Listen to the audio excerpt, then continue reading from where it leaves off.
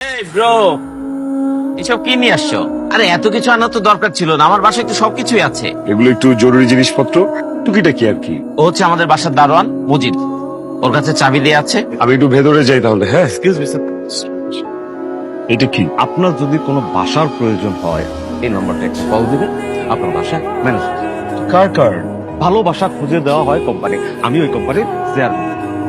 Wow, তাহলে তো আপনাকে আমার স্যার বলা উচিত। না না স্যার, আমাদের কোম্পানির রুলস অনুযায়ী আমরা কাস্টমারদের সার্ভিস।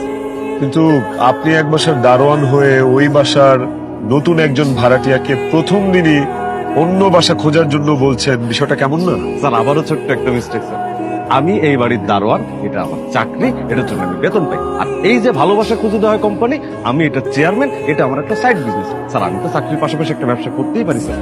এই যে গত 2 মিনিটে আপনার সাথে কথা বলেছি, আমি মিস্টার মজিদ এই কোম্পানির চেয়ারম্যান হিসেবে আপনার সাথে কথা বলছি, আর এখন এই বাড়ির দারোয়ান। ইন্টারেস্টিং।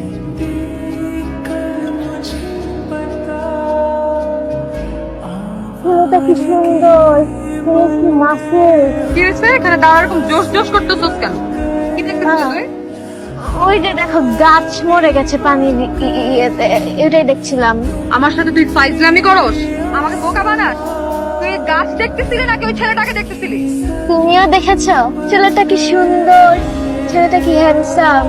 আমি তো ক্রাশ খেয়ে গেলাম, আমি তো প্রেমে পড়ে গেলাম। বেশি পাকা পাকা কথা বলা শিখে গেছিস, কিন্তু যা নিচে যা। কিন্তু তুমি কিন্তু ওর দিকে বেশিক্ষণ তাকাই থেকো না। তুই যাবি নিচে। কি আপনি কে? আপনাকে তো আগে কখনো এখানে দেখি নাই। খালি গায়ে এরকম ছাদে আছেন কেন আপনি, হ্যাঁ? অসভ্য কোথাকার। ডেকোরেশনের লোকদের সাথে তোমার কথা হয়েছে? না ম্যাডাম। ও মা, নিজুম তোমাকে সবকিছু বুঝায় দেয় নাই? না তো ম্যাডাম, আমার তো বুঝায় কিছু বলো নাই। জন্মদিনের অনেকদিন দেরি আছে তো, এই জন্য মনে হয় বলতে ভুলে গেছে। ও আর ছাদটা কিন্তু সুন্দর মতন পরিষ্কার করবা। আমি 2 মিনিট দাঁড়ান, আপনি 2 মিনিট। হ্যাঁ, না না, এই বাড়িতে কি করছেন? সরি, আপনার সাথে তো আসলে পরিচয় হয়নি। এই বাসায় নতুন উঠেছি, রাতুলের ফ্ল্যাটে উঠেছি। আচ্ছা, তোমার সাথে যখন বাবা পরিচয় হয়েই গেল, তাহলে তোমাকে জন্মদিনের দাওয়াতটা দিয়ে দিই। আমার ছোট মেয়ে ইরা, ওর সামনের বুধবার জন্মদিন, তুমি কিন্তু রাতুলের সাথে অবশ্যই আসবা। আমি কিন্তু আপনার জন্য ওয়েট করবো। ওকে, আসবো আন্টি। আপনারা কি কোথাও যাচ্ছিলেন নাকি? হ্যাঁ, একটু শপিং এ যাবো, ইরার জন্য একটা জামা কিনবো, কিন্তু কোনো রিক্সাই তো পাচ্ছি না। মামা এদিকে আসো। আপনার এই রিক্সা দিয়ে চলে যান, সমস্যা নেই। আমরা এই রিক্সা দিয়ে যাব, তোমার অসুবিধা হবে না? একদম অসুবিধা হবে না, আমি অন্য একটা রিক্সা খুঁজে নিচ্ছি। আপনি আর ইরা এটাতে চলে যান। Thank you. ঠিক আছে বাবা, ধন্যবাদ। আমি না ম্যাডাম একটু দাওয়াত দেবো। এই বাড়ির প্রত্যেককে দাওয়াত দেবা, একজন মানুষের যেন বাদ না যায়। আমার মেয়ের জন্মদিন বলে কথা।